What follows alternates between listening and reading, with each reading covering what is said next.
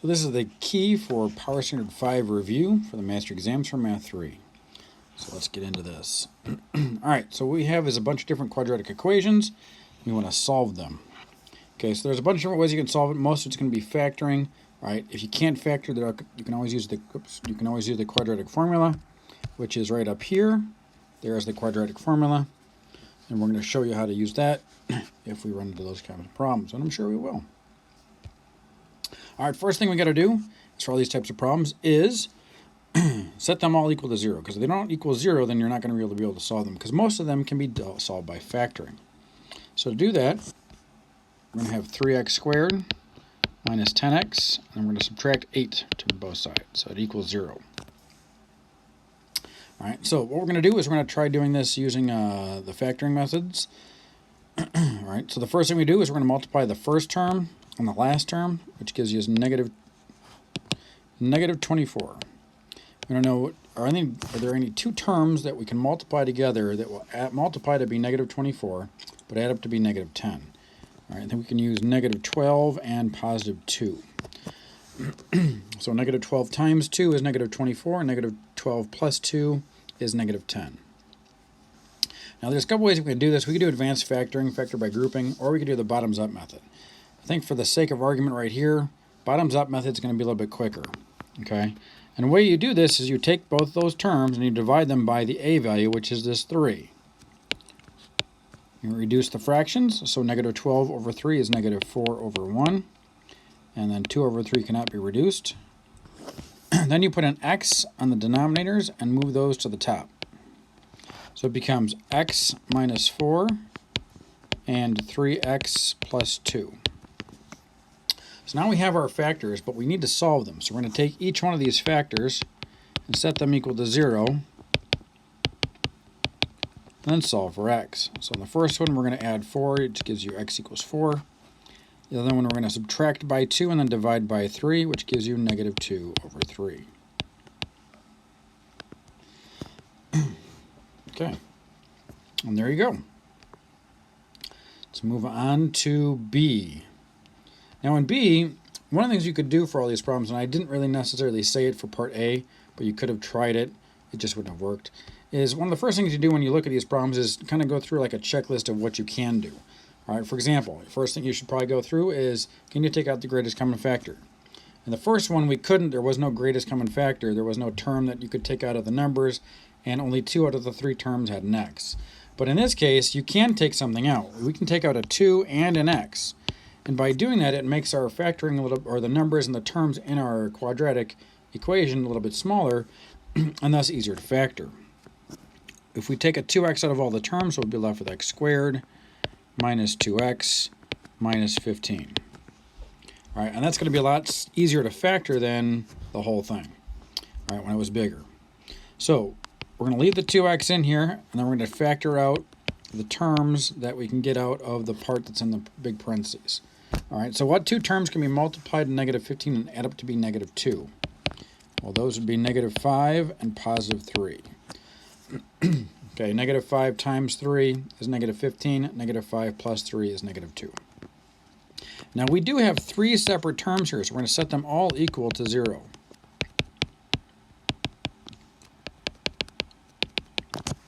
All right, and then we're going to solve them for x. So x is going to equal 0, x is going to equal positive 5, and x is going to equal negative 3. So those are our 3 answers to that question. Part C. Now, there's a couple ways you can actually solve this one.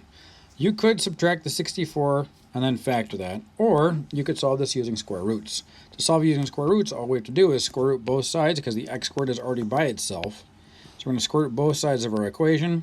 The squared and the square root will cancel themselves out, and the square root of 64 is going to be 8. The tricky part about this, though, is when you square root both sides of an equation, you should put plus or minus, right? Because it could be positive or negative 8 to get 64. And that is your answer. All right. Next.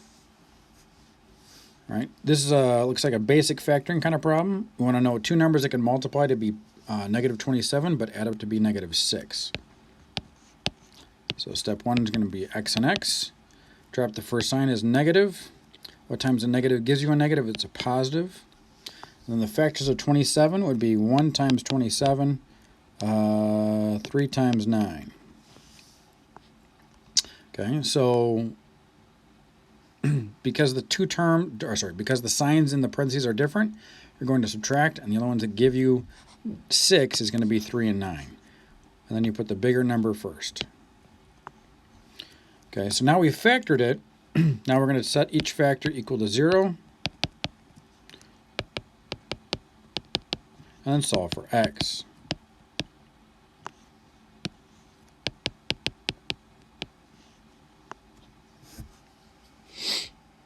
Okay, moving down the line.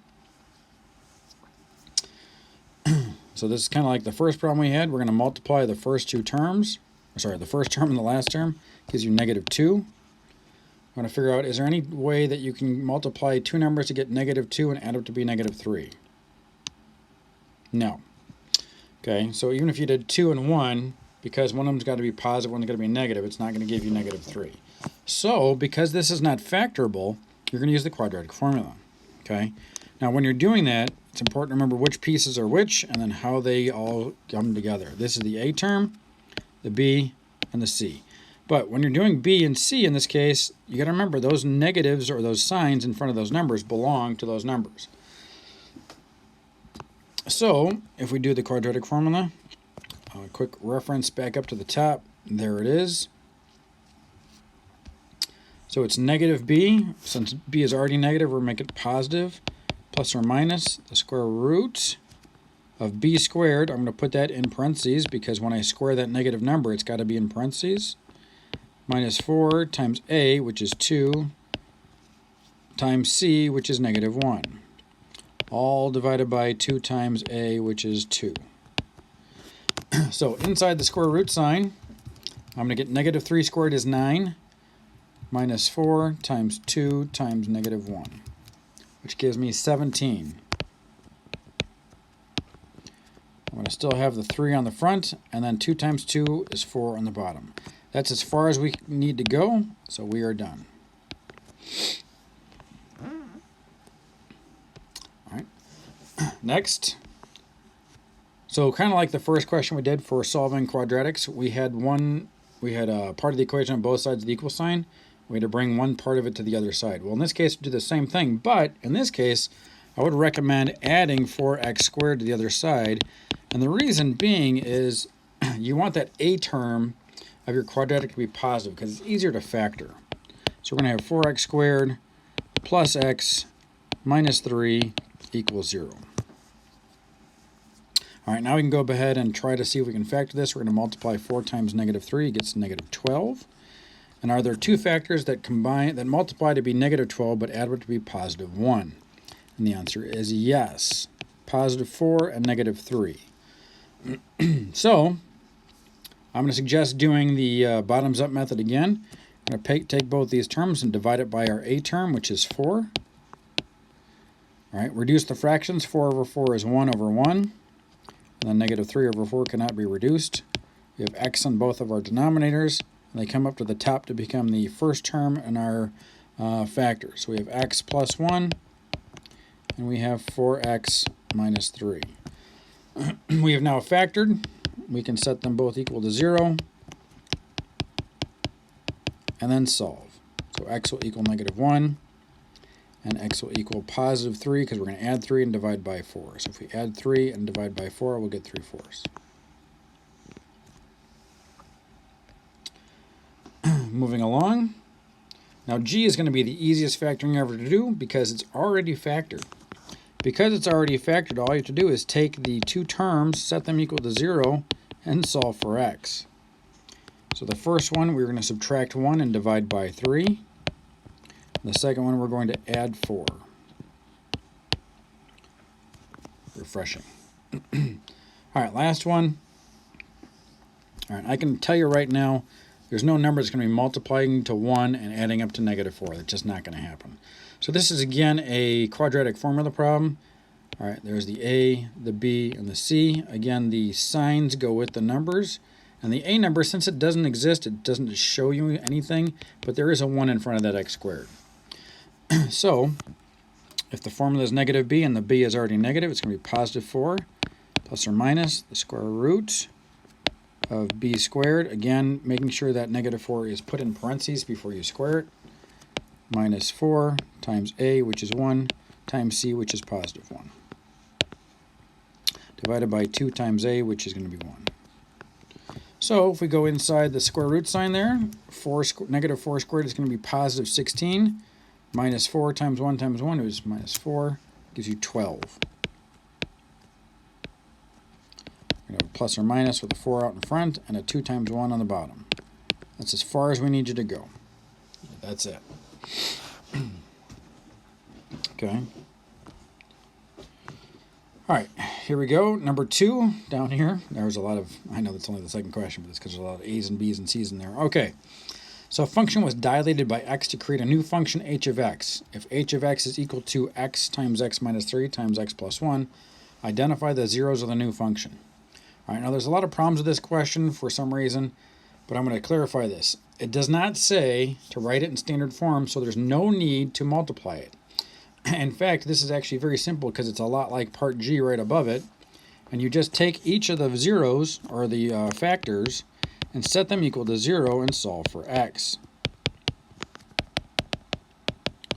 So we're going to have 0, x equals 0, x equals 3, and x equals negative 1. That's it. Don't make this more complicated than it has to be. Number 3. Now our function was dilated by 2x. Again, we're going to identify the zeros. So we have 2x equals 0, x plus 8 equals 0, and x minus 3 equals 0. Again, it does not say to multiply and put it in standard form or anything like that. It just says identify the zeros, which means take the factors, set them equal to 0, and solve. X will equal 0, x will equal negative 8, and x will equal 3. And that is it. Good luck with